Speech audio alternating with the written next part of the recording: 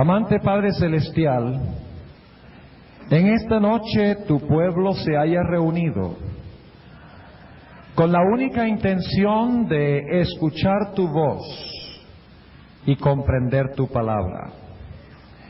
No podemos, Señor, entenderla por nuestra propia cuenta. Por eso en este momento rogamos que vengas a nosotros por medio del ministerio de tu Santo Espíritu, que abras nuestras mentes, que abras tu santo libro y que nos ayudes a aceptar con humildad el mensaje que tienes para nosotros. Te lo pedimos en el nombre y por los méritos preciosos de Cristo Jesús. Amén. Ezequiel el capítulo 33. Ezequiel el capítulo 33. Empezando en el versículo 1. Tiene un pasaje de mucha importancia. Dice lo siguiente, Ezequiel 33 y el versículo 1. Y fue a mí palabra de Jehová diciendo: Hijo del hombre, habla a los hijos de tu pueblo y diles: cuando trajere yo espada sobre la tierra, y el pueblo de la tierra tomare un hombre de sus términos, y se lo pusiere por atalaya, y él viere venir la espada sobre la tierra, y tocare la corneta, y avisare al pueblo, cualquiera que oyere el sonido de la corneta, y no se apercibiere, y viniendo la espada lo tomare, su sangre será sobre su cabeza. El sonido de la corneta oyó, y no se apercibió. Su sangre será sobre él, mas el que se apercibiere librará su vida. Ahora, básicamente lo que están diciendo los primeros 5 versículos es que si Dios llama a un mensajero para que proclame el mensaje de que viene la destrucción o viene la espada, y ese mensajero proclama el mensaje claro de Dios, y alguna persona oye el mensaje y rechaza el mensaje y no se prepara, dice que la sangre de esa persona que escuchó el mensaje y no lo aceptó será sobre su propia cabeza. Es decir, el atalaya, el mensajero, no será responsable de la muerte de esa persona, porque el atalaya o mensajero proclamó el mensaje, la persona oyó el mensaje, lo rechazó y por lo tanto es responsable del rechazo. Sigue diciendo en el versículo 6 lo siguiente: pero si el atalaya viere venir la espada y no tocare la corneta, y el pueblo no se apercibiere, y viniendo la espada tomare de él alguno, él por causa de su pecado fue tomado, mas demandaré su sangre de mano del atalaya. ¿Qué es lo que está diciendo estos versículos? Están diciendo que si Dios manda un mensaje de que viene la destrucción, y el atalaya o mensajero no dice nada, los impíos morirán con su pecado, pero la sangre de ellos será demandada ¿de quién? Será demandada del atalaya, que debería haber tocado la trompeta para anunciar la destrucción que venía. Ahora, yo quiero decirles que en esta noche vamos a hablar de un tema que para mí es muy difícil predicarlo, porque yo sé que hay mucha gente sincera aquí en esta noche que posiblemente este mensaje para ellos sea supremamente fuerte. Sin embargo, es un mensaje que necesita ser proclamado, porque viene la destrucción según la Biblia, viene la espada, y ustedes pueden leerlo en Apocalipsis 19, y el versículo 11 al 15 dice que Cristo vendrá sobre un caballo blanco y sale una espada aguda de su boca para herir con ella a las gentes. Y si yo me quedo callado por ser popular y por ganarme el cariño de todos, podría ser amigo de todos, pero Dios demandaría la sangre de ustedes de mis manos. Y por esa razón, a veces nosotros los pastores tenemos que proclamar mensajes que no son populares. Son mensajes que cortan nuestra propia alma y nos es difícil predicar los mensajes. Para mí es difícil predicar este mensaje, pero lo voy a predicar en esta noche con la certeza de que Dios desea que se escuche. Quiero invitarles a abrir sus Biblias conmigo a 1 de Timoteo, el capítulo 3. 1 de Timoteo, el capítulo 3. Hemos estado estudiando en cuanto al santuario. Y hay un versículo muy interesante en 1 de Timoteo 3:16, que fue nuestra lectura bíblica de esta noche. Y si ustedes estudian este texto con cuidado, descubrirán que los puntos que se mencionan en el versículo siguen el orden exacto del santuario. Ahora vamos a anotarlo. 1 de Timoteo, el capítulo 3 y el versículo 16. Y vamos a ver el orden del santuario en este versículo. Ustedes recuerdan que primero está el altar. El cordero se escogía antes en el campamento y se traía por la puerta oriental al altar. Luego venía el lavacro. Luego venía el candelabro y los panes y el altar. Y finalmente el arca donde se encontraba la ley, que representaba el juicio o la separación de los buenos de los malos. Y luego el festival de tabernáculos, donde se descansaba en el cielo. Ahora, en este versículo vamos a encontrar todos estos puntos en su orden exacto. En realidad, toda la Biblia se puede explicar desde la perspectiva del santuario, porque hemos notado en nuestro estudio de que el santuario explica todo el plan de salvación. Así que cualquier porción de la Biblia que nosotros estudiemos, podemos entender esa porción mejor apelando al santuario. Así que cuando leamos versículos, cuando leamos pasajes, pensemos qué relación tiene ese pasaje, qué relación tiene ese versículo con el santuario. Ahora vamos a leer 1 Timoteo 3:16. Y sin contradicción, grande es el misterio de la piedad. ¿Qué clase de misterio? El misterio de la piedad. Ahora, ¿de qué consiste el misterio de la piedad? Consiste en el ministerio del santuario, de comienzo a fin. Vamos a notarlo en las expresiones que se usan a continuación. Y sin contradicción, grande es el misterio de la piedad. Dios ha sido manifestado ¿en qué? En carne. ¿De qué aspecto del santuario habla esa expresión? Ha sido manifestado en carne. Está hablando de la encarnación ¿de quién? De Cristo. Noten lo que se nos dice en el Evangelio según San Juan.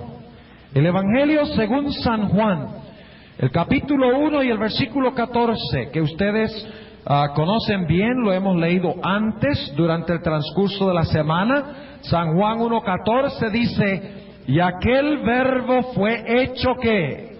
Carne y habitó entre nosotros. Así que la primera parte que encontramos aquí, donde dice Dios ha sido manifestado en carne, está hablando de la encarnación del Señor Jesucristo. Y la encarnación de Jesucristo tiene básicamente dos etapas. La primera etapa de la encarnación de Cristo tiene que ver con su selección antes de que muriera sobre el altar. Ustedes recuerdan que Él fue dedicado desde el momento que fue llevado al templo, cuando tenía 8 años. A veces nosotros enfatizamos tanto la muerte de Cristo que nos olvidamos que para que su muerte tuviera valor era necesario que tuviera una vida perfecta antes de que muriera. La encarnación de Cristo incluye, por lo tanto, la elección del Cordero, recuerdan que era 4 días antes del sacrificio, e incluye también la muerte del Cordero sobre el altar. Ahora sigamos leyendo. La primera etapa es Dios así manifestado en carne. ¿Qué mueble del santuario tiene que ver eso? ¿Con qué mueble? Con la fiesta de dedicación y con qué más. Y con el altar del sacrificio. Está hablando de la muerte de Cristo en la carne. Si ustedes leen 1 de Pedro 3:18, dice claramente que Jesús fue muerto en la carne. Esa es la expresión específica, fue muerto en la carne. Así que encontramos aquí, en primer lugar, el altar, donde era sacrificado el Cordero de Dios que quita el pecado del mundo. Ahora sigamos. Dios ha sido manifestado en carne. ¿Ha sido qué? Justificado ¿con qué? Con el Espíritu. Ahora, ¿qué hubiera sucedido si Jesús hubiera permanecido muerto? ¿Qué hubiera comprobado eso? De que su sacrificio no era ¿qué? Acepto por el Padre. Pero aquí dice que Jesús no solamente se encarnó, no solamente fue muerto en la carne, sino que el Señor Jesucristo fue justificado en el Espíritu. Ahora, ¿qué quiere decir eso? Justificado en el Espíritu. Está refiriéndose a la resurrección de Cristo.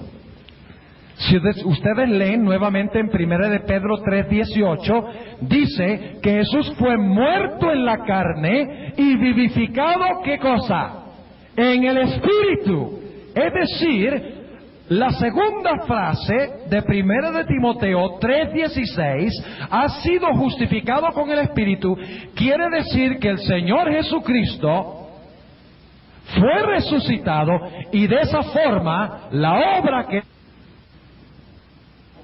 fue justificada por el Padre. Es decir, el Padre dice, la obra que hizo Cristo en la tierra es acepta. ¿Qué mueble representa la resurrección? El lavacro. Empezamos con el altar y ahora fuimos ¿a dónde? Al lavacro. Ahora sigamos. Dice, Dios ha sido manifestado en carne, ha sido justificado con el Espíritu, ha sido ¿qué? Visto de los ángeles. Ahora, ¿qué quiere decir esto? Ha sido visto ángeles. Ustedes recuerdan que cuando el Señor Jesucristo resucitó, ¿a dónde fue? ¿A dónde fue? Se fue al cielo. Cuando resucitó se fue y llevó la gavilla, el domingo de la resurrección. Pero 40 días más tarde Jesús nuevamente subió al cielo. ¿Y qué salmo cantaron los ángeles mientras el Señor Jesucristo ascendía? El Salmo 24. Abrid, oh puertas eternas, y entrará el Rey de Gloria, cantaron los ángeles. O sea que Jesús fue visto por los ángeles cuando ascendió al cielo y estaba a punto de entrar al lugar santo. El diablo se derrota por la oración y la canción. ¿Ustedes creen que el diablo quiere escuchar el mensaje de esta noche?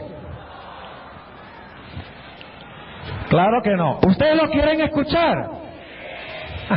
Ok, vamos a volver. 1 de Timoteo, el capítulo 3. Y para la grabación necesito hacer una aclaración. La razón por la cual el cassette se interrumpió es porque el diablo apagó las luces. Pero como resultado de la oración y el himno, Dios volvió a prender las luces. Ok, volvemos a 1 de Timoteo 3:16. Y sin contradicción, grande es el misterio de la piedad. Dios ha sido manifestado en carne, ahí tenemos el altar. Ha sido justificado con el Espíritu. Allí tenemos, ¿qué cosa? El lavacro. Ha sido visto de los ángeles. ¿A dónde iba a entrar Cristo cuando fue visto por los ángeles? Al lugar santo del santuario. ¿Y qué hace Cristo en el santuario? ¿Cuál es el resultado del Señor Jesucristo entrar al santuario? ¿Qué hace Jesús? Jesús alimenta a su iglesia ¿con qué? Con pan. ¿Qué representa el pan? Y le da a su pueblo ¿qué? Luz, la luz del candelabro, e intercede por su pueblo. Noten la siguiente frase. Dice, ha sido visto de los ángeles, ha sido ¿qué? Predicado a los gentiles. ¿Qué predicamos nosotros? La palabra. ¿Y qué es la palabra? Es el pan. ¿Y qué más es la palabra? Es la luz. ¿A dónde nos encontramos en esta frase? En esta frase estamos en el lugar santo del santuario. Cristo está en el cielo y a través de sus ministros imparte el mensaje de Dios a través de la palabra y a través de la luz del Espíritu Santo. Y luego sigue diciendo, ha sido predicado a los gentiles. Ahora, ¿cuándo vendrá Cristo Jesús? Cuando el Evangelio haya sido ¿qué? Predicado, ¿dónde? Vamos a San Mateo. San Mateo el capítulo 24 y el versículo 14. San Mateo el capítulo 24 y el versículo 14. Dice Jesús, y será predicado este evangelio del reino, ¿en dónde? En todo el mundo, por testimonio a todos los gentiles, y entonces vendrá ¿qué? Vendrá el fin. Mis hermanos y mis hermanas, cuando el evangelio de Dios haya sido predicado en todo el mundo, y todo el mundo haya escuchado el mensaje, el mundo estará listo para la ¿qué? Para la cosecha, para separar a los buenos de los malos. Jesús lo ilustró de otra forma. El Señor Jesucristo habló de la red, ¿recuerdan? La red que era echada en el mar, y en la red venían toda clase de ¿qué? Peces, peces buenos y peces malos. Y luego entonces, después que la red había traído todos los peces a la playa, ¿qué se hacía? Se separaba los peces buenos de los peces malos. De la misma manera, la predicación del Evangelio a los gentiles llevará a que todo el mundo crea en Cristo y crea el mensaje de Cristo o rechace el mensaje de Cristo. Y cuando cada ser humano haya aceptado o rechazado, ¿qué sucederá? Sucederá el siguiente paso. ¿Qué quiere decir entonces esta frase, ha sido creído en el mundo? En la parábola de la red representa la predicación del Evangelio. Los peces buenos y malos significa que cuando se predica el Evangelio, entra a la iglesia gente buena y gente que no está convertida. Y algún día, cuando la red haya sido echada en el mundo y se haya pescado todo, Cristo hará que la separación final. ¿En qué apartamento del santuario estamos ahora? ¿Dónde se hacía la separación entre buenos y malos? En el lugar santísimo, en el día de la ¿qué? De la expiación. ¿Y cuál era el siguiente festival después del día de expiación? ¿Cuál era? La fiesta de tabernáculos. Ahora noten la última frase de 1 de Timoteo 3:16. Ha sido ¿qué? Recibido en gloria. Ahora, algunas versiones dicen arriba en gloria, pero esa palabra arriba no está en el texto original. Los traductores están asumiendo de que lo que quiere decir es que Cristo está siendo recibido arriba en gloria. Pero hay otra explicación, más leal al griego en el cual fue escrito el Nuevo Testamento. Dice literalmente, ha sido recibido en gloria. Ahora, no debemos asumir que eso significa que Cristo ha sido recibido en gloria en el cielo. Porque la Biblia dice que Cristo volverá a la tierra como Mateo 25:31, volverá a la tierra ¿en qué? En gloria. ¿Y quiénes estarán esperando a Jesús para recibirle en gloria? Los hijos de Dios. ¿Y luego a dónde llevará Cristo a los hijos de Dios? Al cielo, para celebrar ¿qué cosa? La fiesta de tabernáculos. ¿Entendieron 1 Timoteo 3:16 a la luz del santuario? Nuevamente repito, sin contradicción, grande es el misterio de la piedad. Dios ha sido manifestado en carne. La fiesta de dedicación, cuando Cristo fue dedicado en el templo, después de haberse encarnado, 8 días después de haberse encarnado. Y luego, cuando murió, ¿dónde? En el altar. Luego dice, ha sido justificado con el Espíritu. ¿Qué significa eso? Que fue resucitado con el Espíritu. El Padre justificó la obra que Jesús hizo. En otras palabras, estamos en el lavacro. Luego dice, ha sido visto de los ángeles. ¿Qué quiere decir eso? Está hablando de la ascensión de Cristo, cuando Cristo va a entrar ¿a dónde? Al lugar santo del santuario. Ha sido predicado a los gentiles. El candelabro representa la testificación. ¿Sabían ustedes eso? Jesús dijo en cuanto a la iglesia, vosotros sois la ¿qué? La luz del mundo. Y también el Señor Jesucristo ha llamado a la iglesia a compartir el pan de la palabra. Así que aquí tenemos, ha sido predicado a los gentiles. Está hablando de lo que Cristo hace en el lugar santo, cuidando a la iglesia, alimentando a la iglesia, dándole luz a la iglesia desde el santuario. Y luego, cuando termine la predicación, ¿qué sucederá? Cristo habrá sido ¿qué? Creído en todo el mundo, o rechazado por algunas personas en todo el mundo. Y entonces Cristo hará, como dice la parábola de la red, la gran separación final. Y eso es la obra de ¿qué departamento del santuario? El lugar santísimo, donde se hacía en el día de expiación la separación. Y luego entonces dice, ha sido recibido en gloria. No recibido en gloria en el cielo, sino recibido en gloria por su pueblo, cuando Cristo venga, según Mateo 16:27, a la tierra en la gloria de su Padre. ¡Qué lindo cuadro del santuario! ¿Y quién es el centro de todo? ¿Quién es el que se encarnó? ¿Quién es el que resucitó? ¿Quién es el que ascendió? ¿Quién es el que ha sido predicado? ¿Quién es el que ha sido creído en el mundo? ¿Quién es el que será recibido en gloria? Cristo. Todo el santuario se centra ¿en quién? En Cristo Jesús. Pero ¿saben ustedes que la Biblia menciona otro misterio? Y este es el misterio que particularmente enojó a Satanás esta noche. Es el misterio que se menciona en Segunda de Tesalonicenses. Y ese es el tema especial que vamos a tratar esta noche. Segunda de Tesalonicenses, el capítulo 2 y el versículo 3 y 4. En la Biblia hay 2 misterios. El primer misterio es que Dios ¿qué? Descendió del cielo, ¿verdad?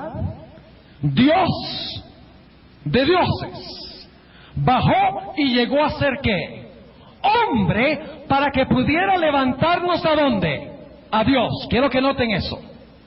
Dios bajó, tomó carne humana para que a través de su obra pudiera levantarnos y llevarnos al cielo cuando venga en gloria. Pero la Biblia menciona otro misterio, y es exactamente lo contrario del misterio de piedad. En vez de decir que Dios bajó y llegó a ser hombre, este misterio hace algo distinto. Dice en 2 de Tesalonicenses 2, y el versículo 3, lo siguiente: no os engañe nadie en ninguna manera. ¿Qué está diciendo el apóstol San Pablo? Que debemos tener cuidado de no ser ¿qué? Engañados. Y vamos a encontrar esta noche que hay muchedumbres en Cali. La mayoría de Cali está engañado. Usted dice, ¿cómo, pastor? No os engañe nadie en ninguna manera, porque no vendrá, es decir, Cristo no vendrá sin que venga antes la apostasía. Dentro de un momento vamos a estudiar las frases con más cuidado. La apostasía. Y se manifieste el hombre de pecado. Él literalmente en el idioma griego no dice el hombre de pecado, sino que dice el hombre que se opone a la ley. ¿Y qué es pecado? Transgresión de la ley. No importa cómo lo traduzcan, últimamente es lo mismo decir el hombre de pecado, porque pecado es transgresión de la ley. Pero literalmente en el idioma griego dice el hombre que quiere estar sin ley, o el hombre que se opone a la ley de Jehová. O sea, va a ser un poder que se opone a la ley de Dios. Dice que se manifieste el hombre de pecado, el hijo de perdición. ¿Cómo se le llama? Al misterio de iniquidad se le llama uno cuyo nombre es el hijo de ¿qué? De perdición. El versículo 4 habla del espíritu del misterio de iniquidad. Dice, oponiéndose y levantándose contra todo lo que se llama Dios o que se adora. Es decir, que en vez de instar a la gente que adoren a Dios, el misterio de iniquidad se opone a la adoración a Dios y pide que se adore ¿a quién?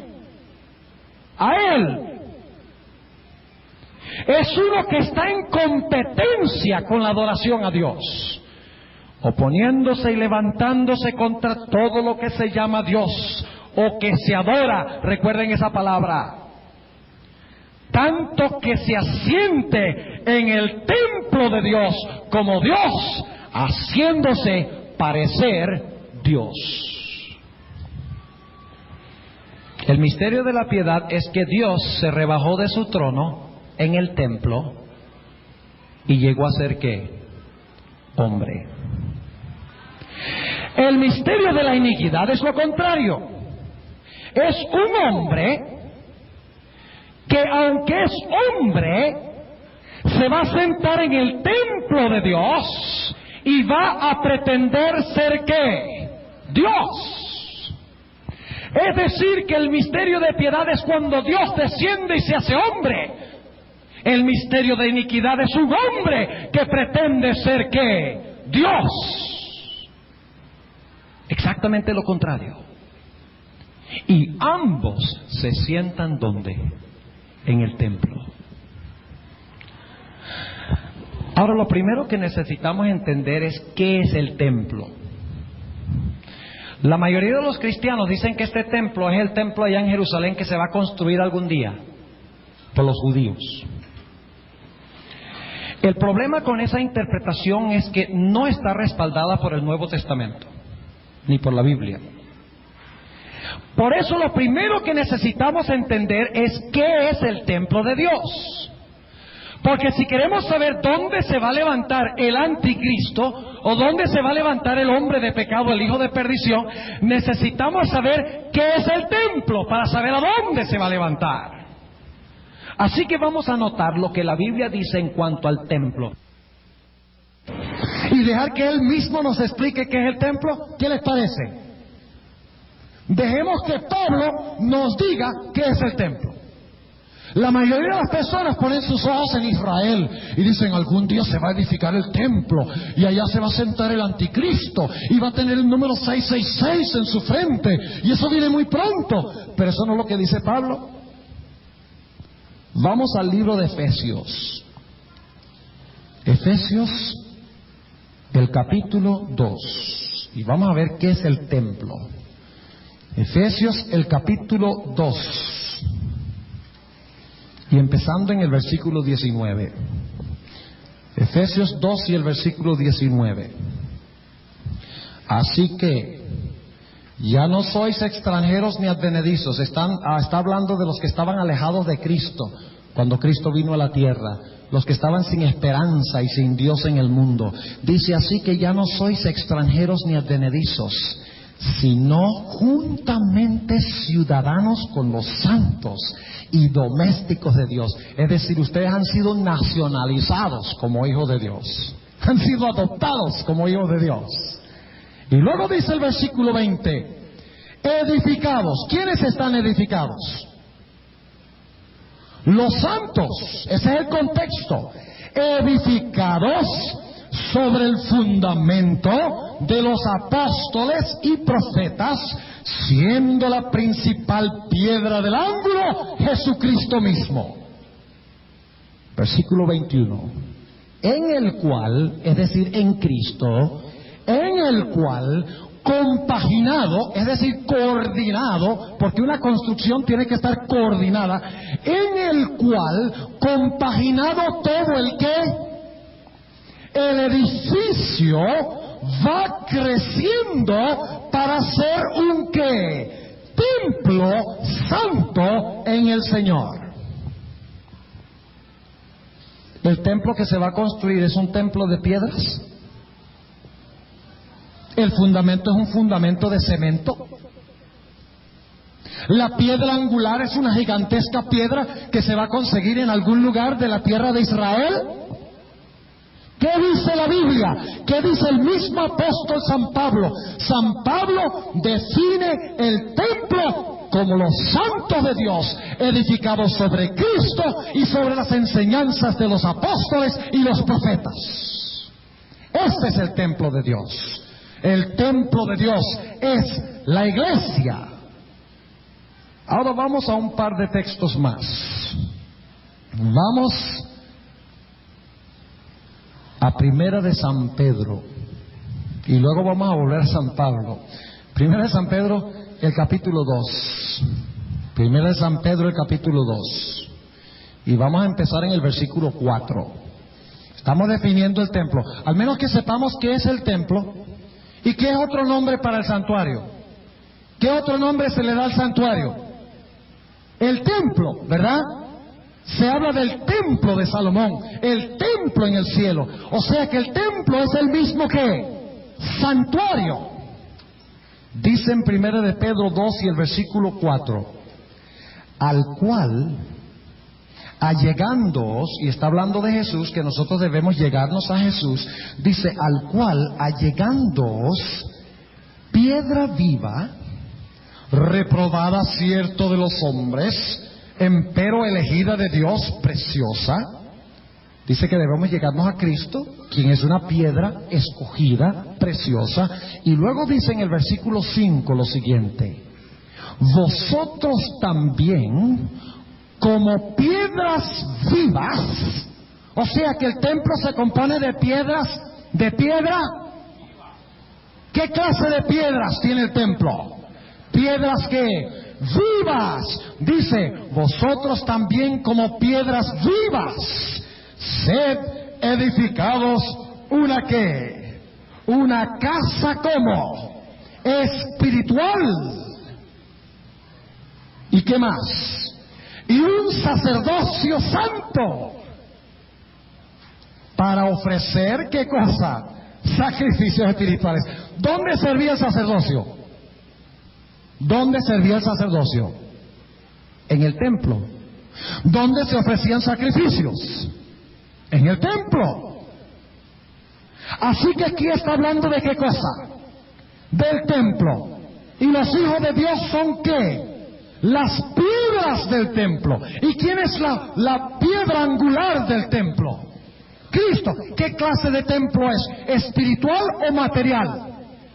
Espiritual. Es la iglesia. Sigue diciendo, versículo 5, vosotros también como piedras vivas, sed edificados una casa espiritual y un sacerdocio santo para ofrecer sacrificios espirituales agradables a Dios por Jesucristo. Y luego dice en el versículo 9, mas vosotros sois linaje escogido, real sacerdocio, gente santa, pueblo adquirido, para que anunciéis las virtudes de aquel que os ha llamado de las tinieblas a su luz admirable. ¿El templo es espiritual o es material?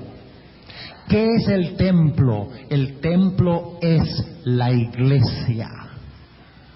Vamos a 1 de Timoteo. ¿Y quién escribió 1 de Timoteo? ¿Quién? San Pablo. Y nosotros acabamos de leer el versículo 16 al comienzo de nuestro tema esta noche, ¿verdad? Pero ahora vamos a leer el versículo 15 para captar el contexto, para que ustedes se den cuenta que está hablando este versículo 16 de lo que se hacía en el templo. Dice en el versículo 15: y si no fuere tan presto, para que sepas cómo te conviene conversar en la casa de Dios. ¿Cuál es la casa de Dios? Cuando hablamos de la casa de Dios, ¿de qué estamos hablando? De la iglesia. En la casa de Dios, ¿qué es qué cosa?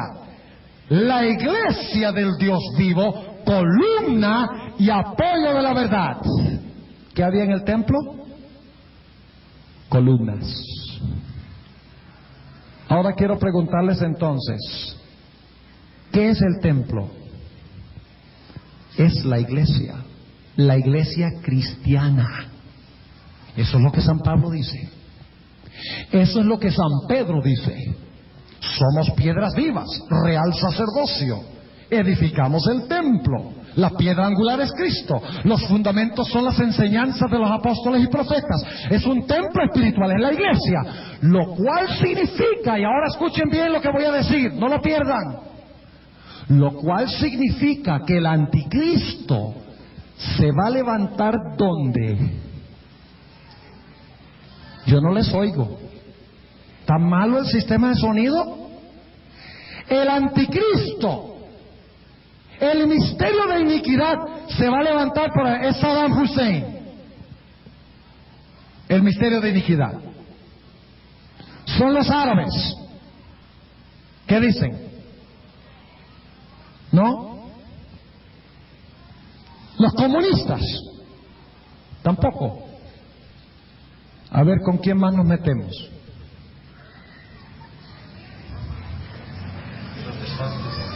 ¿Dónde se va a levantar el anticristo? En la iglesia ¿qué? Cristiana. ¿Entendieron lo que estoy diciendo? Ahora, estudiemos un poquito más este asunto. Dice en Segunda de Tesalonicenses, volvamos allá un momento, Segunda de Tesalonicenses, el capítulo 2, dice lo siguiente en cuanto a este poder que se levanta en el templo, que es la iglesia. No se pongan a buscar al anticristo en Palestina, ni se pongan a buscarlo en ninguna otra parte. El anticristo se levanta dentro de la misma iglesia, y vamos a ver varias evidencias más a continuación. Dice que Cristo no vendrá sin que antes venga la ¿qué? La apostasía. Ahora yo quiero preguntarles, ¿qué es apostasía según la definición bíblica? ¿Qué es apostasía? Es una persona que una vez confesó ¿qué? La verdad de Dios, una persona que enseñó y creyó y practicó la verdad de Dios, y en determinado momento ¿qué hace? Abandona la fe pura que tenía. ¿Entiende lo que estamos diciendo? La palabra apostenae en el griego se usa para hablar de un barco que está en un muelle y se le suelta la cadena que une al barco con el muelle, y el viento de repente empieza a llevarse al barco del puerto.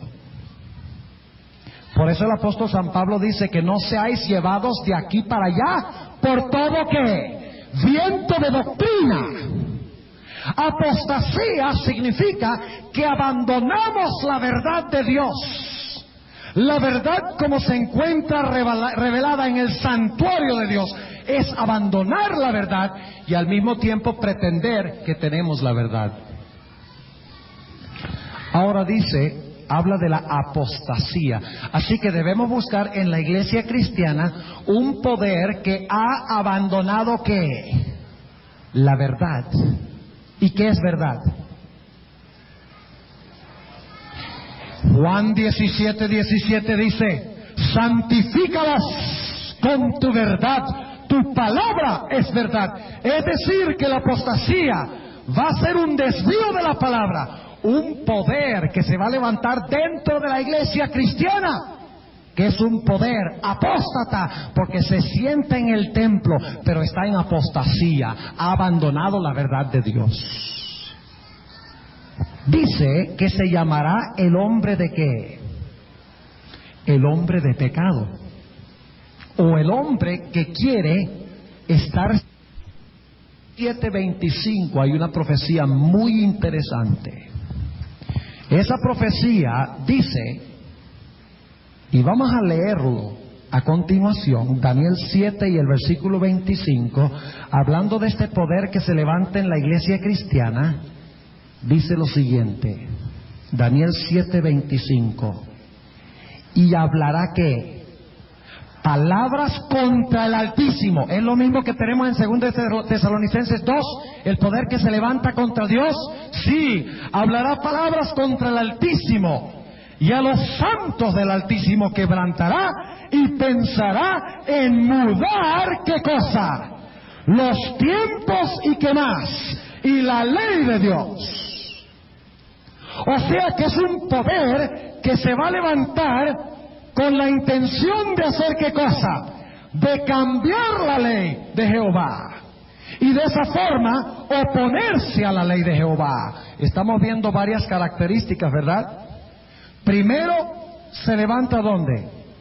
En la iglesia cristiana. Ahí se va a levantar el anticristo, y está aquí. Segundo, va a ser un poder que ha abandonado ¿qué? La verdad de Dios. En tercer lugar, es un poder que pretende haber cambiado ¿qué? La ley de Jehová. Pero hay otra característica. ¿Qué otro nombre se le da a este poder? El hijo de perdición. Ese nombre es interesante.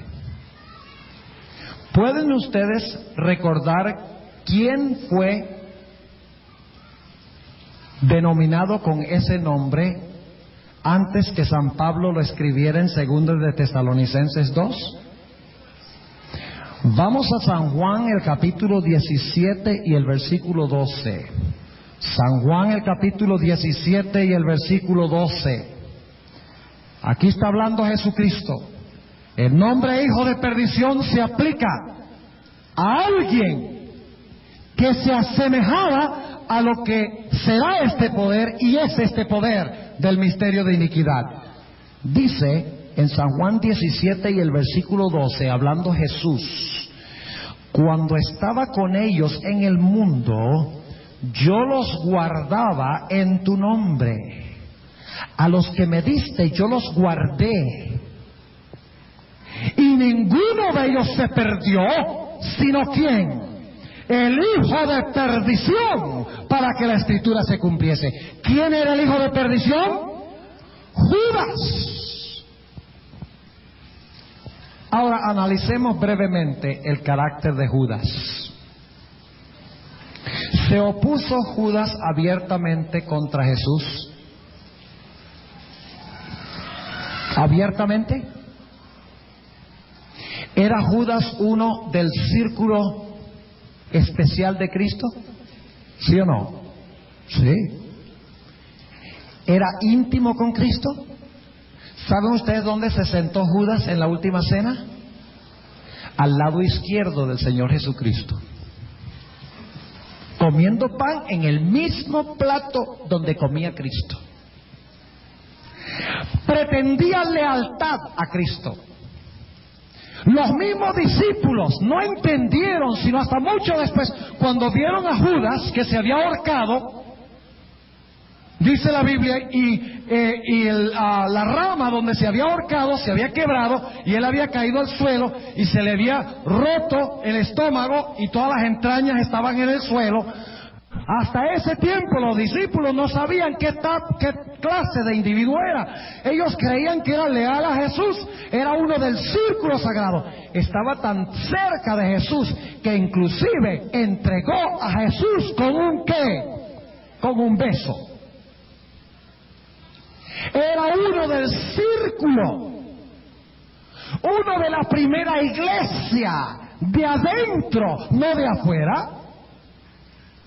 Lo cual significa, apreciados hermanos y amigos, que según la Biblia el misterio de iniquidad, el anticristo, se iba a levantar en el templo de Dios, iba a enseñar el error en vez de la verdad, y además de eso iba a pretender ser leal ¿a quién? A Cristo, mientras que todo el tiempo, en vez de ser leal a Él, estará ¿qué? Entregándolo. Nuevamente vemos que el anticristo no es un enemigo que viene de afuera y blasfema a Cristo. No, el anticristo es uno que se levanta dentro del círculo del cristianismo. Se levanta dentro del templo de Dios y dice que será un poder que aunque es hombre, se proclamará ¿qué? Se proclamará Dios. ¿Saben ustedes lo que significa la palabra anticristo? Aquí tenemos otra característica. La palabra anticristo, la mayoría de las personas creen que significa contra Cristo.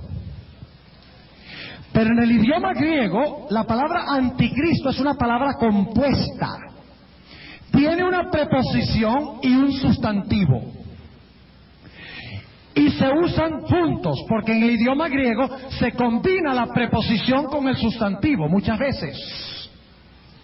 Anticristo.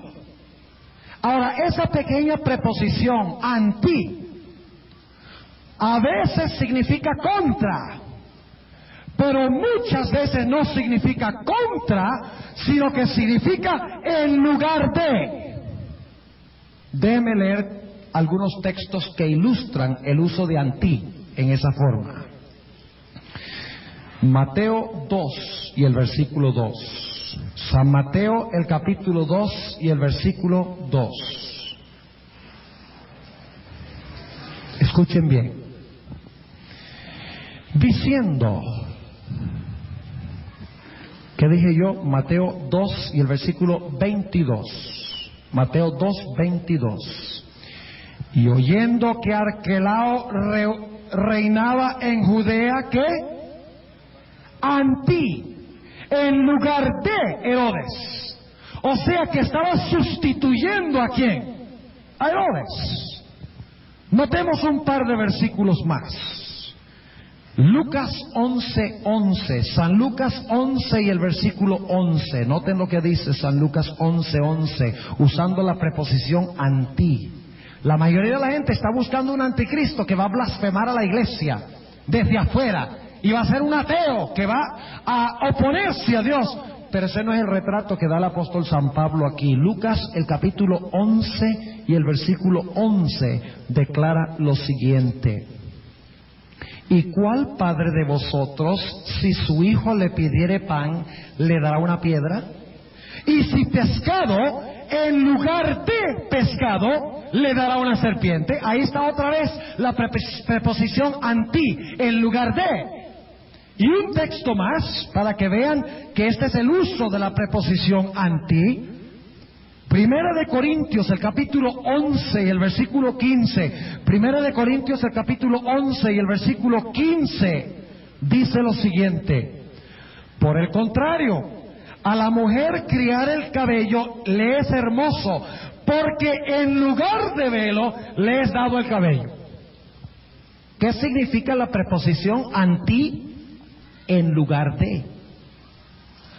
Ahora escuchen bien. Lo cual significa que el anticristo va a ser un individuo que pretende ocupar el lugar ¿de quién? De Cristo. ¿Están ustedes empezando a captar un cuadro interesante del anticristo en la Escritura? Volvamos a 2 de Tesalonicenses, el capítulo 2, y vamos a resumir lo que hemos estudiado hasta ahora. Dice que el anticristo se va a levantar en apostasía. ¿Qué significa apostasía? Un abandono ¿de qué? De la verdad. Dice que se va a oponer ¿a qué cosa? A la ley de Dios. Y Daniel 7:25 dice que iba a procurar hacer ¿qué cosa? Cambiar la ley de Dios.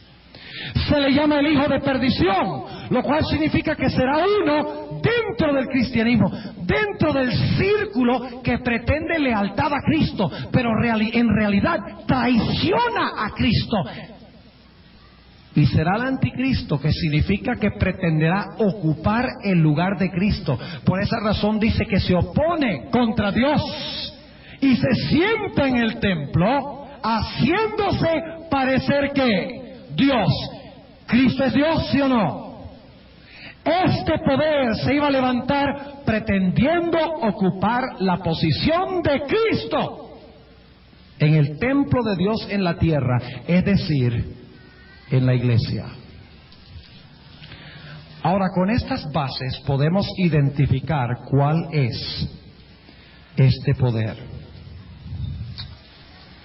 Dice que se va a sentar en el templo de Dios, haciéndose parecer Dios. El templo es el santuario, ¿verdad? Quiere decir, escuchen bien, que este poder va a instituir un sistema del santuario que falso, porque él va a colocarse ¿dónde? En el templo. Él va a gobernar en el templo. Él va a controlar el servicio del santuario. Y ustedes dicen, bueno, ¿cómo sabemos eso? Noten Daniel, el capítulo 8, hablando de este mismo poder y diciendo que va a controlar el santuario de Dios y va a instituir un falso sistema del santuario, lo cual significa que es un falso sistema ¿de qué? De salvación, porque el camino de la salvación de Dios se revela ¿dónde? En el santuario, en su orden correcto. Si este poder se sienta en el templo de Dios, quiere decir que va a instituir un falso sistema ¿de qué? De salvación en el santuario. Noten lo que dice en el libro de Daniel, el capítulo 8, hablando de este famoso cuerno pequeño, versículo 9. Y de uno de ellos, de 4 cuernos que se habían levantado antes, salió un cuerno pequeño. Es el mismo que en Daniel 7 pretende cambiar la ley de Dios. Subió un cuerno pequeño, el cual creció mucho al mediodía y al oriente y hacia la tierra deseable. Engrandecióse hasta el ejército del cielo, y parte del ejército y de las estrellas se echó por tierra y las holló. ¿Qué representan las estrellas en la Biblia? ¿Qué representan? Ángeles, pero también representa a los ¿qué? A los santos. Las 7 estrellas en las manos de Cristo en Apocalipsis 1 representan los 7 pastores a las iglesias. Las 7 iglesias. Ahora noten lo que sigue diciendo en el versículo 11. Contra el príncipe de la fortaleza se engrandeció. ¿Quién es el príncipe de la fortaleza, creen ustedes? ¿Saben ustedes que hay un solo lugar más en toda la Biblia donde se usa esa expresión príncipe de la fortaleza? Un solo otro lugar donde se usa esa expresión en toda la Biblia. Josué 5. Vamos a buscarlo para ver quién es el príncipe de la fortaleza. El príncipe de la fortaleza. Josué, el capítulo 5. Josué, el capítulo 5. Y vamos a leer algunos versículos que encontramos aquí. En el versículo 13. Josué 5:13. Y estando Josué cerca de Jericó, alzó sus ojos y vio un varón que estaba delante de él, el cual tenía una espada desnuda en su mano. Y Josué, yéndose hacia él, le dijo: ¿eres de los nuestros o de nuestros enemigos? Y él respondió: no, mas el príncipe del ejército. Es la idéntica expresión que encontramos en Daniel, el capítulo 8, idéntica. Aquí se traduce príncipe del ejército, allá príncipe de la fortaleza, pero la expresión griega es exactamente idéntica. Se identifica como el príncipe del ejército de Jehová. Ahora he venido. ¿Y qué hizo Josué? Entonces Josué, postrándose sobre su rostro en tierra, ¿qué hizo? Le adoró. ¿Ustedes creen que este era nada más un hombre que se le apareció? ¿Quién era? ¿Quién es el solo que debemos adorar? A Dios. Y luego dice, noten, y díjole: ¿qué dice mi señor a su siervo? Y el príncipe del ejército de Jehová respondió a Josué: quita tus zapatos de tus pies, porque el lugar donde estás es santo. Y Josué lo hizo así. Lo mismo que pasó en la zarza ardiente cuando Jehová se le apareció a Moisés. ¿Quién era este? ¿Quién es el príncipe de la fortaleza? Es Cristo Jesús. Volvamos a Daniel el capítulo 8. Daniel el capítulo 8. Y vamos a ver qué hace este cuerdo pequeño. Daniel el capítulo 8. Y vamos a leer empezando en el versículo 11. Aún contra el príncipe de la fortaleza se engrandeció. ¿Contra quién se engrandeció? Contra Cristo. ¿Qué dice en 2 Tesalonicenses 2? Se levantaría ¿contra quién? Contra Dios. Ahora sigamos leyendo. Y dice: y por él fue quitado el qué. ¿Qué fue lo que hizo este poder que se engrandeció contra Cristo? ¿Quitó qué? El continuo. ¿Qué era el continuo en el santuario? El continuo eran varias cosas. En el altar del sacrificio se le llamaba el sacrificio del cordero el continuo, porque se ofrecía mañana y tarde y el fuego subía de continuo.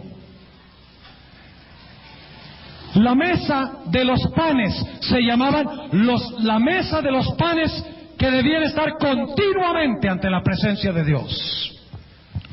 El candelabro se le llama el candelabro que debe arder de continuo. El altar de incienso se le llama el altar continuo de intercesión. Y a los sacerdotes se les llama los que ministran de continuo. La palabra continuo tiene que ver siempre con el santuario cuando se usa en este sentido.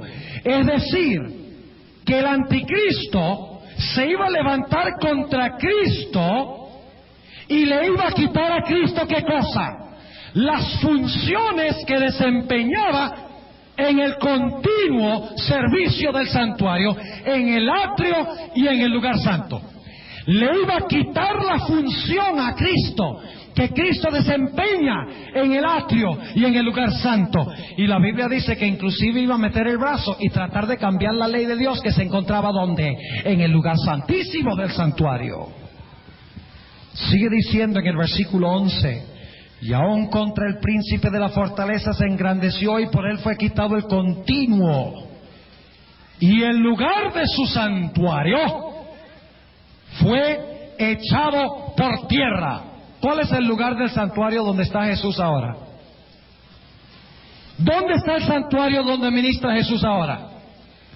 En el cielo. Este poder iba a tomar el servicio del santuario en el cielo y lo iba a colocar ¿dónde? En la tierra. Escuchen bien. O sea que en vez de dirigir los ojos de los hombres al servicio en el santuario en el cielo, donde Cristo ministra, iba a instituir un falso sistema de continuo, un falso sistema de salvación de santuario en la tierra. La iglesia adventista es un grupito de 7 millones de personas. Pero yo pertenezco a una iglesia que tiene 700 millones de miembros. Aquí dice que el cuerno pequeño, que el anticristo iba a ¿qué? A prosperar, dice aquí. Así que no crean que no iba a prosperar. El diablo, permitido por Dios, puede traer ¿qué? Puede traer prosperidad para que la gente crea que ese movimiento es el movimiento que verdadero de Dios. Ahora, yo no sé si ustedes están entendiendo lo que estoy diciendo, pero lo que estamos diciendo en esta noche, apreciados hermanos y visitas, es lo siguiente: que el anticristo o el misterio de iniquidad es un poder en la tierra que iba a establecer un falso sistema de santuario aquí en la tierra. Lo acabamos de leer. De esa manera, quitándole a Jesús en el cielo sus funciones como sumo sacerdote celestial. Es decir, que iba a tomar todo lo del santuario en la tierra y lo iba a colocar ¿dónde? En la tierra, para que la gente, mirando este falso plan de salvación en la tierra, pensaran que se están salvando, pero al no mirar a Cristo en el santuario celestial, en vez de salvarse, se iban a ¿qué? Se iban a perder. En esta noche, apreciados hermanos y visitas, estamos hablando de asuntos de vida y muerte. Esto no es una exposición meramente académica. Estamos hablando de un asunto que tiene que ver con salvación o perdición. El que siga al hijo de perdición, ¿qué pasará con ese? Se perderá. Por eso es importante que sepamos cuál es este poder que ha colocado un falso santuario en la tierra, un falso sistema de santuario en la tierra, engañando a los hombres a que piensen de que ese es el modo de salvarse, cuando en realidad el método de salvación está en el cielo. Es decir, el anticristo coloca un falso sistema de salvación en la tierra y proclama que ese sistema es de Dios. Hablemos del santuario ahora. Y ahora voy a hablar claro. Y yo sé que aquí hay visitas que pertenecen a diferentes iglesias. Pero este tema en esta noche lo estamos estudiando de la Biblia. Y hay que dejar que la Biblia hable.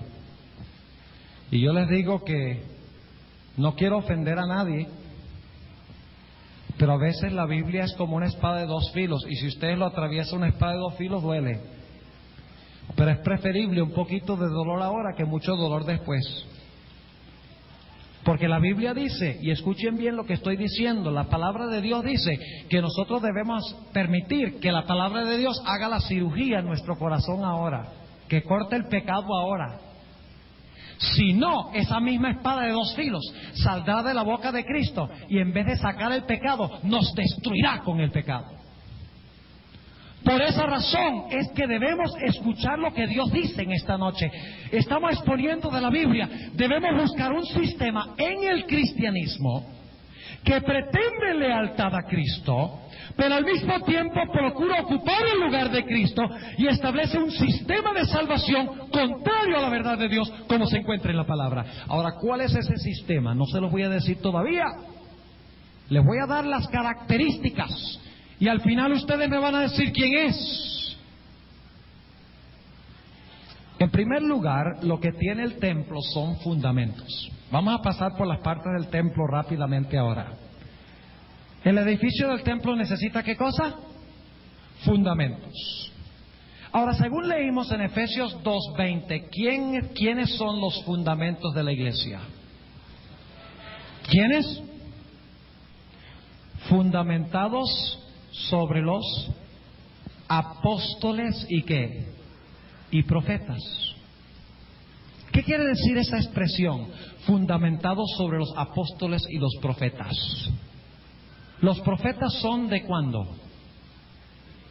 Del Antiguo Testamento. ¿Y quiénes son los apóstoles? El Nuevo Testamento. Es decir, que la verdadera iglesia se fundamenta, escuchen bien, sobre las enseñanzas ¿de qué? De la Biblia, del Antiguo y el Nuevo Testamento. ¿De acuerdo? ¿Cuántos están de acuerdo con lo que estoy diciendo? ¿Creen ustedes que una iglesia puede enseñar contrario a la Biblia y decir, esta iglesia es apostólica?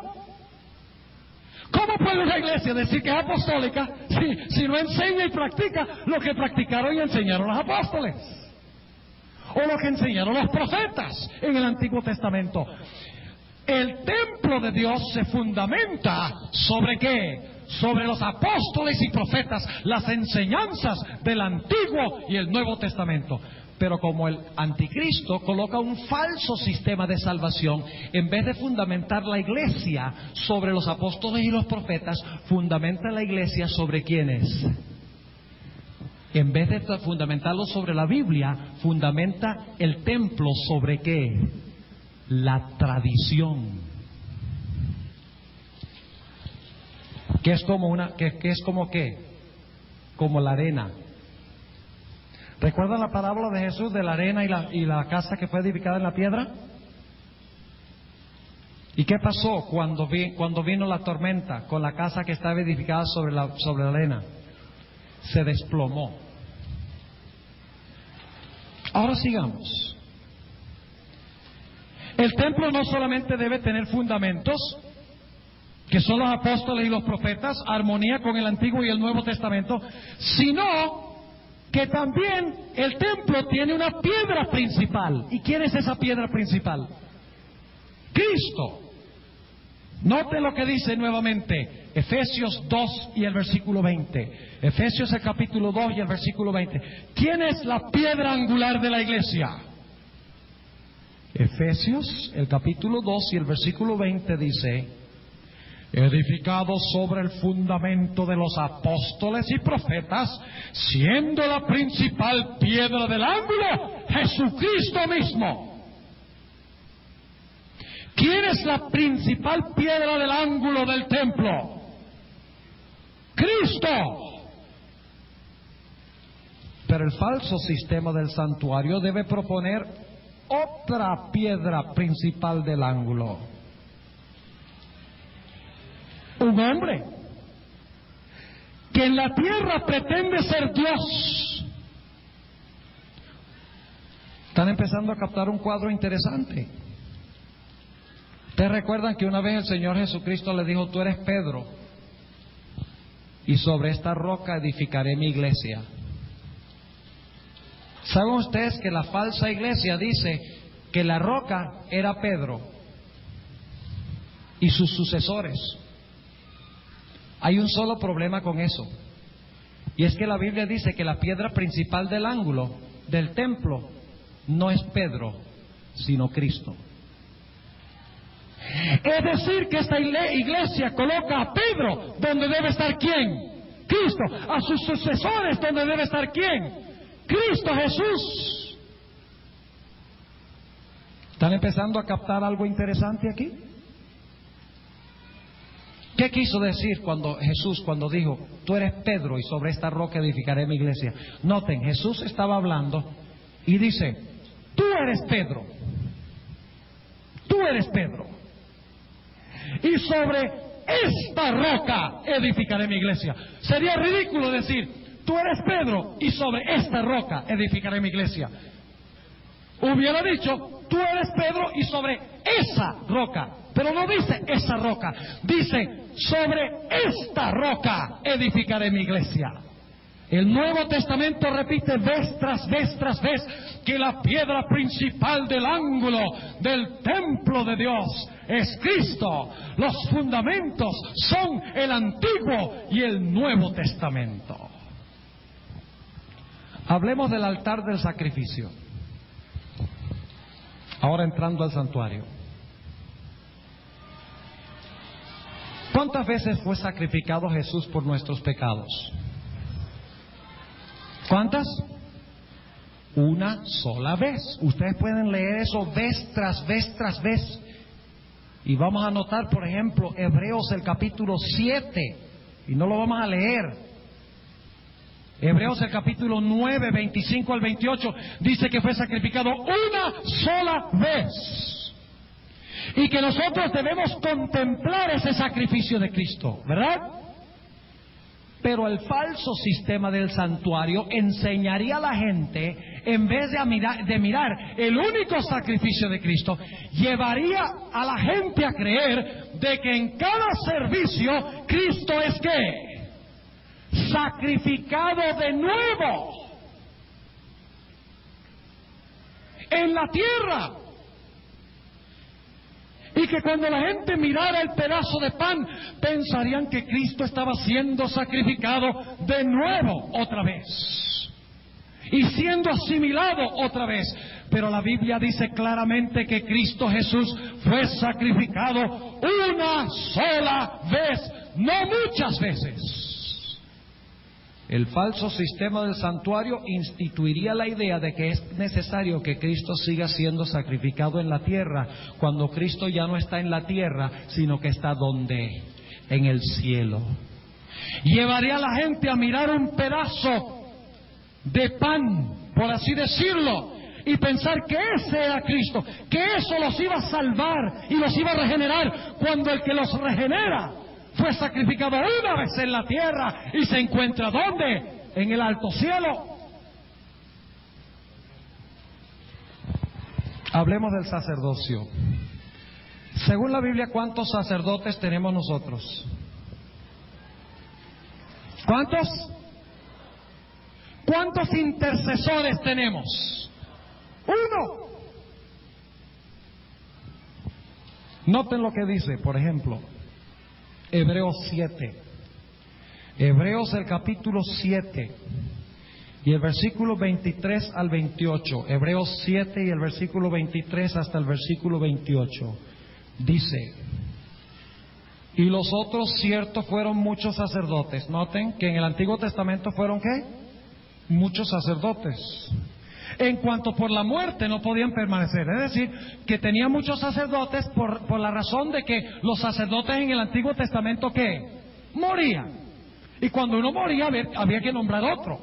Ahora sigue diciendo: mas este, hablando de Cristo, mas este, por cuanto permanece para siempre, tiene un sacerdocio ¿qué? Inmutable. Por lo cual también puede salvar eternamente a los que por él se allegan a Dios, viviendo siempre para interceder por ellos.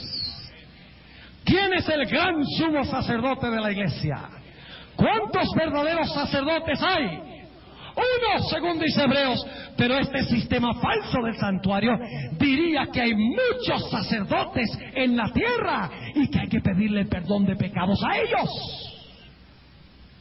En vez de dirigir los ojos al cielo, dirigiendo los ojos a seres humanos, hombres pecadores. Hablemos de la fuente. ¿Qué representa la fuente? El lavacro, ¿qué representa? El bautismo. ¿Cómo dice la Biblia que nosotros debemos ser bautizados? ¿Y cuándo? ¿Sabían ustedes que el Señor Jesucristo fue bautizado cuando tenía como 30 años? No fue bautizado cuando era un bebé. ¿Sabían ustedes que el apóstol San Pedro y San Juan y muchos de los otros discípulos fueron bautizados cuando eran adultos? El etíope en Hechos 9 fue bautizado adulto. El carcelero de Filipos fue bautizado adulto. En la Biblia todos los que se bautizaron adultos, porque es necesario creer, arrepentirse y estudiar doctrina para ser bautizado según la Biblia. Y un bebé no puede hacer eso. ¿Cómo dice la Biblia que debemos ser bautizados? Un poquito de agua bendita en la cabeza. No, Señor. La Biblia dice que debemos ser sepultados, según Romanos 6. Jesús fue sepultado, porque la Biblia dice que entró al agua y salió del agua. Es decir, que Jesús fue sumergido debajo del agua. El verdadero bautismo contempla el bautismo de adultos y contempla el bautismo por inmersión, Pero el falso sistema diría, no, el bautismo es de bebés y es por aspersión. Hablemos del pan, en la mesa de los panes. ¿Qué representa el pan, según la Sagrada Escritura? El pan representa a Cristo y su palabra, porque la palabra es Cristo, ¿qué? En forma escrita. ¿Recuerdan que hablamos de eso anoche? El pan es la Biblia. Ahora, ¿qué nos dice el pan en el santuario celestial? Nos dice que nosotros debemos directamente asimilar la palabra de Dios, ¿verdad? Que por nosotros mismos debemos comer la palabra de Dios. Debemos comer y estudiar la Biblia. Pero el falso sistema del santuario diría que no es tan esencial estudiar la Biblia. Y durante su trayectoria, durante mucho tiempo, mantendría la Biblia en un idioma desconocido, inclusive mataría a los que estudiaran la Biblia. Prohibiría el pan de la mesa en la tierra. Hablemos del candelabro. ¿Qué representa el candelabro? Representa el Espíritu Santo y la palabra de Dios. Ahora escuchen bien lo que voy a decir. Esto es muy importante. Cuando Cristo se fue físicamente al cielo,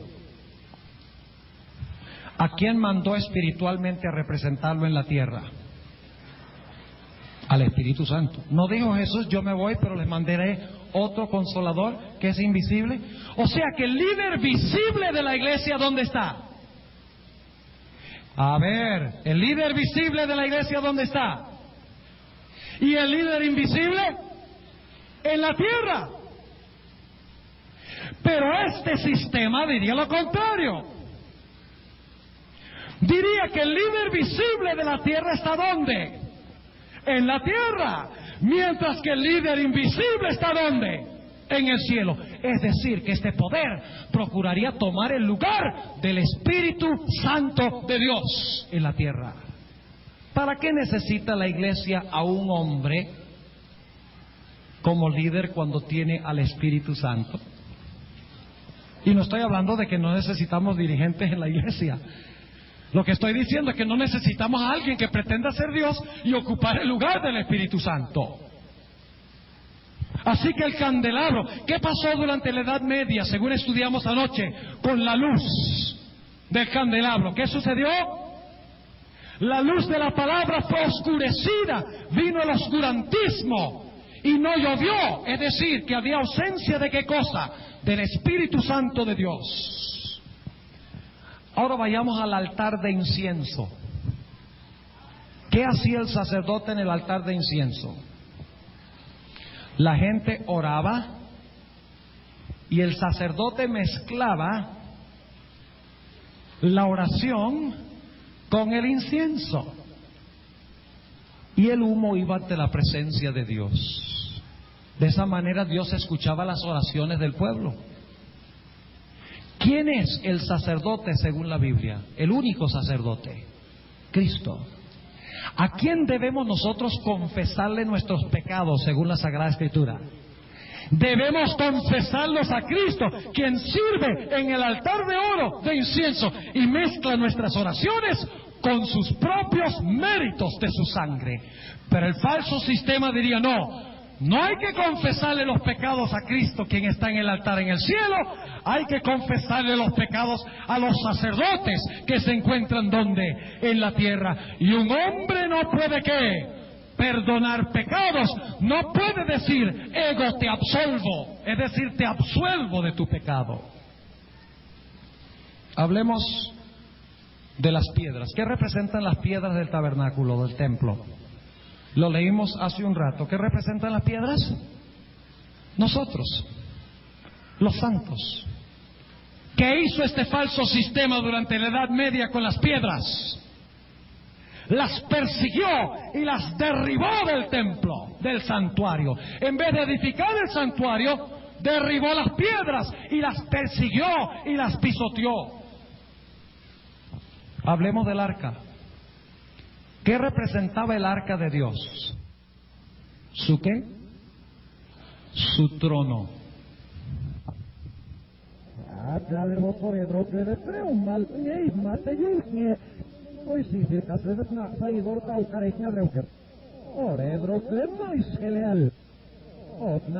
Llegamos al centro de lo que estamos hablando en esta noche. Porque según segunda de Tesalonicenses, el capítulo 2, se nos dice que en la tierra iba a haber uno que iba a procurar ocupar el puesto de ¿quién? De Dios.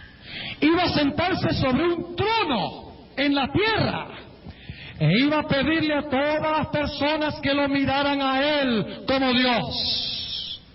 Todas las personas que le hicieran caso a Él como Dios. En vez de mirar a Dios sobre su trono en el cielo, en el santuario celestial, iba a dirigir los ojos de los hombres a un hombre en la tierra. ¿Y qué se encontraba dentro del arca? La ley. ¿Y cuál mandamiento se encuentra en la ley? ¿El mandamiento del qué? Del sábado. ¿Por qué adoramos a Dios? Porque Él es nuestro ¿qué? Creador. ¿Y cuál es la señal de que Él es nuestro creador? El sábado. Es decir, ustedes recuerdan que dice en 2 Tesalonicenses 2 que este se iba a levantar contra todo lo que se adora. Yo no puedo adorar a Dios sin guardar el sábado. Una vez que conozco el sábado, porque el sábado me recuerda que Dios es el creador. Y adoro a Dios porque es el creador. Y la señal es su santo día, el sábado. Cuando adoro en el sábado, estoy diciéndole a Dios: yo reconozco que tú eres mi creador y mi redentor. Pero el falso sistema se iba a sentar sobre el trono. ¿Y qué iba a hacer? Iba a meter su mano dentro del arca e iba a ¿qué? A cambiar uno de los mandamientos. ¿Cuál? ¿Cuál mandamiento creen ustedes que el diablo odia más que cualquier otro? ¿Por qué? Porque el cuarto mandamiento identifica ¿qué? Al verdadero Dios. Así que iba a meter la mano e iba inclusive a escribir un mandamiento diferente que el cuarto mandamiento de Éxodo 20, el mandamiento del sábado. Ahora yo les quiero preguntar entonces, ¿qué hace el misterio de iniquidad con el santuario de Dios? Toma el ministerio de Cristo en el cielo, donde los ojos de los seres humanos deben estar, ¿y qué hace? Coloca todo un falso sistema sobre la tierra. Ahora, ¿necesito yo decirles quién es este sistema? ¿Ustedes ya saben quién es? Y ustedes dirán: ay, pastor, pero es que mi familia han sido católicos por años y generaciones. ¿Cómo puedo romper la tradición? Ciertamente Dios me salva si yo confieso la misma religión de mis padres. Pues déjeme decirle, mi querido amigo, lo siguiente: que solo hay salvación en uno, el que está en el santuario celestial. Y el que depende de un sistema terrenal no se salvará, porque el hombre no puede salvar.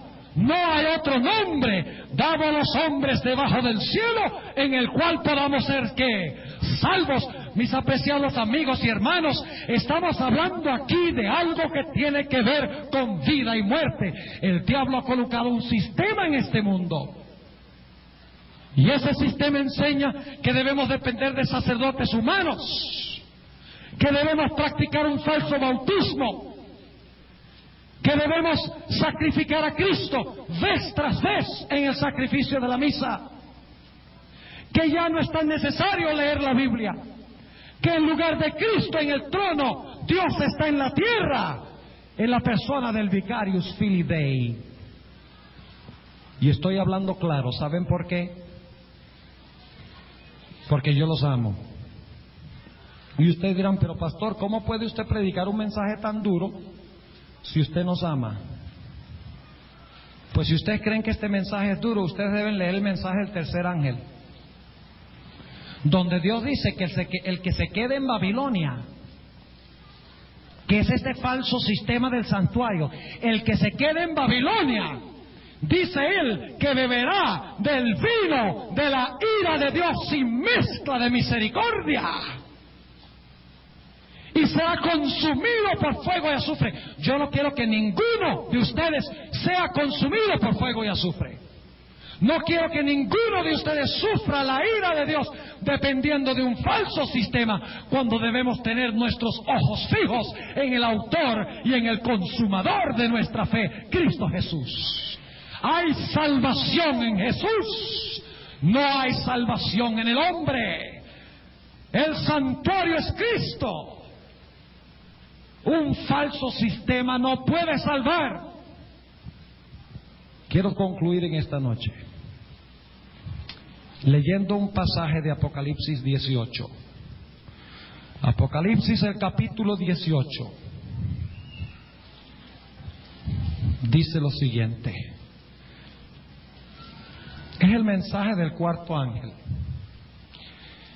Y este mensaje está haciendo un llamado. Este mensajero está haciendo un llamado. Este mensajero es Cristo, dicho sea de paso. Dice lo siguiente: y después de estas cosas vi otro ángel descender del cielo, teniendo grande potencia, y la tierra fue alumbrada de su gloria. ¿Y qué dice este ángel? Y clamó con fortaleza en alta voz, diciendo: caída es la grande Babilonia, y es hecha habitación de demonios, y guarida de todo espíritu inmundo, y albergue de todas aves sucias y aborrecibles. ¿Suena eso como una organización a donde les gustaría estar a ustedes? Yo no sé de ustedes, pero a mí me da terror pertenecer a una organización que se describe con eso.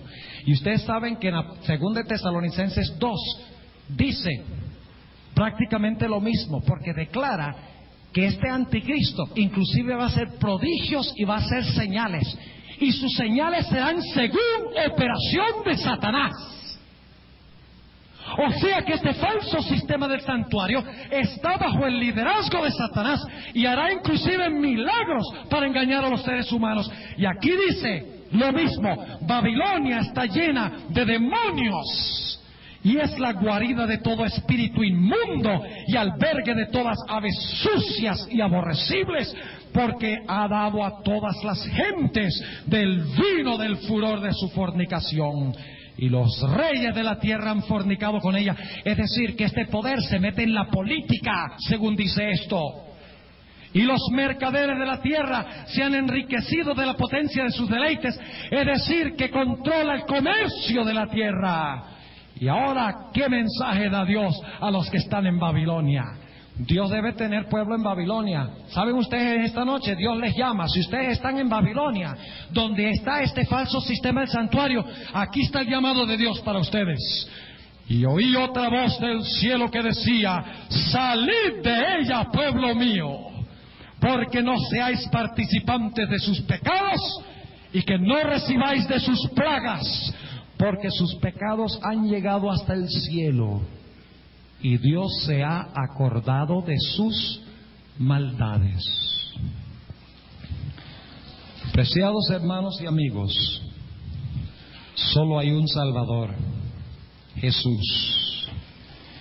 Y Jesús te llama en esta noche para que tú abandones toda dependencia sobre el ser humano y dependas solo de Jesús en el santuario. Que sigas a Cristo en su ministerio celestial y quite tus ojos del hombre. Yo quiero preguntar en esta noche a las visitas que nos acompañan: ¿cuántos de ustedes quieren decirle al Señor Jesucristo en esta noche: te doy gracias de que tú has presentado claramente en tu palabra la identidad del anticristo, y yo quiero escapar de ese poder y quiero depender solo de Jesús? ¿Quieren levantar la